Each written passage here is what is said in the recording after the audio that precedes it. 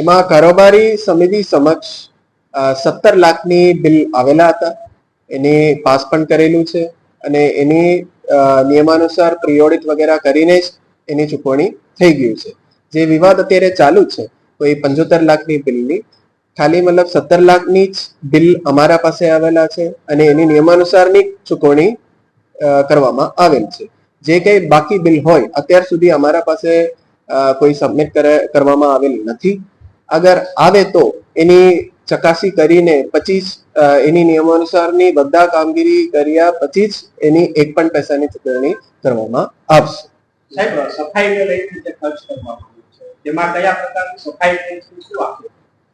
સફાઈ અત્યારે જે જિલ્લા પંચાયત બેઠું છે અત્યારે જે બિલની ચૂકવણી થઈ ગયું છે એમાં સફાઈની કોઈ કોમ્પોનન્ટ નહીં હતા અને અત્યારે મતલબ બિલ અગર સબમિટ કરવામાં આવશે તો એની ફિઝિકલી પણ ચકાસીને પૂરું ચકાસી કરીને જ એની બિલ ચૂકવવામાં આવશે. અત્યારે આપ જે જિલ્લા પંચાયતનું વિષય વડાપ્રધાનનું એક બિલ છે સ્વચ્છતા એક અને સ્વચ્છતા માટે ઝુંબેશ પણ છે.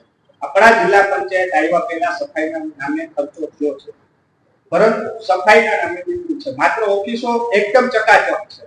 તમને હું અત્યારે દ્રશ્યો બતાવું, લોબીમાં કેવી હાલત છે, લોકો ભૂકેલા છે, ખાધેલું ભોજન ક્યાં છે, આ પ્રકારની પરિસ્થિતિ છે. તો આને સ્વચ્છતા કેટલું આપણે અત્યારે થૂકવા માટેની હવે મતલબ જે કઈ અગર ખાવા સરકારી કચેરીમાં મનાય એટલે આ મનાય છે અને લાસ્ટ DHS મીટિંગમાં પણ અમે આ ડિસિઝન લેવામાં આવી ગયું છે.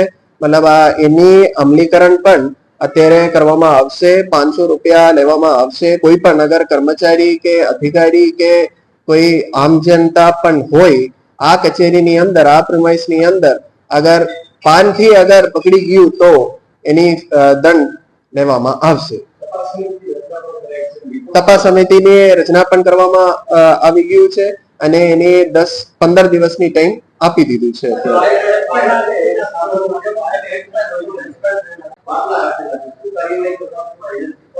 આ મેં અત્યારે ચેક કરાવી દઈશ અને આ રીતે મને એક્સપાયરી થઈ ગયા તો એની તરત જ આ બદલી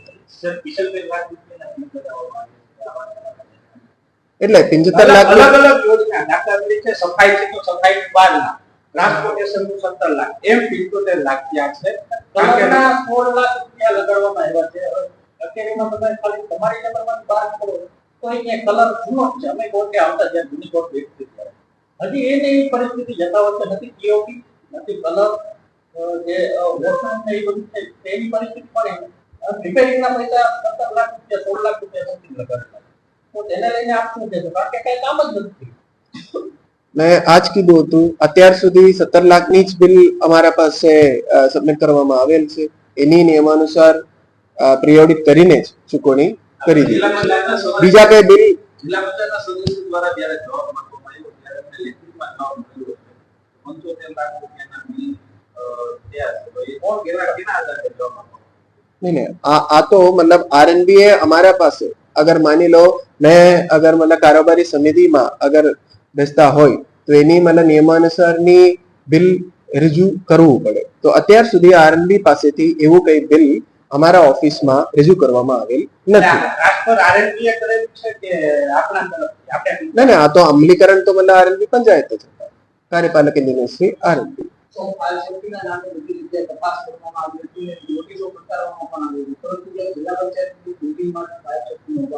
આ એકવાર ચેક કરાવી દઈશ. અમે અહીંયા પણ સૂચના આપેલા હતા ને એવું કઈ એક્સપાયરી વાળા બોટલ વગેરે છે તો તરત જ આ કાઢી દઈશ.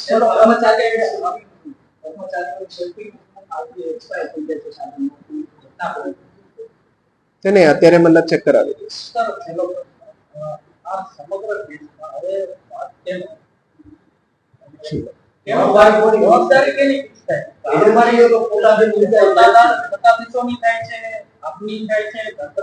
એકવાર તપાસ સમિતિ બનાવવામાં આવેલ છે એની એકવાર મતલબ માહિતી આવવા દે અને આ પછી જવાબદારી અગર નક્કી કરવાના છે તો નક્કી કરવામાં આવશે. એમને 17 લાખ રૂપિયા 17 લાખ રૂપિયા છે તો વિરોધ પક્ષના નેતાને 75 લાખનો ખર્ચ દેખાડવામાં આવ્યો છે જવાબમાં જનરલ કોર્ટ. એટલે તો અત્યારે મતલબ શું છે આ ફોર્મલી RNBA અહીંયા રજૂઆત કરવું પડે. એની જે જેટલા પણ બિલ હોય 75 લાખની હોય કે 80 લાખની હોય એની એક પ્રોસિજર છે. તો આ રીતે ફોર્મલ બિલ અત્યારે અમારા આ કક્ષાની અંદર કે આ કચેરીમાં રજૂ કરવામાં આવેલ નથી, તો એની કઈ ક્વેશ્ચન નહીં આવવું જોઈએ. ઠીક છે.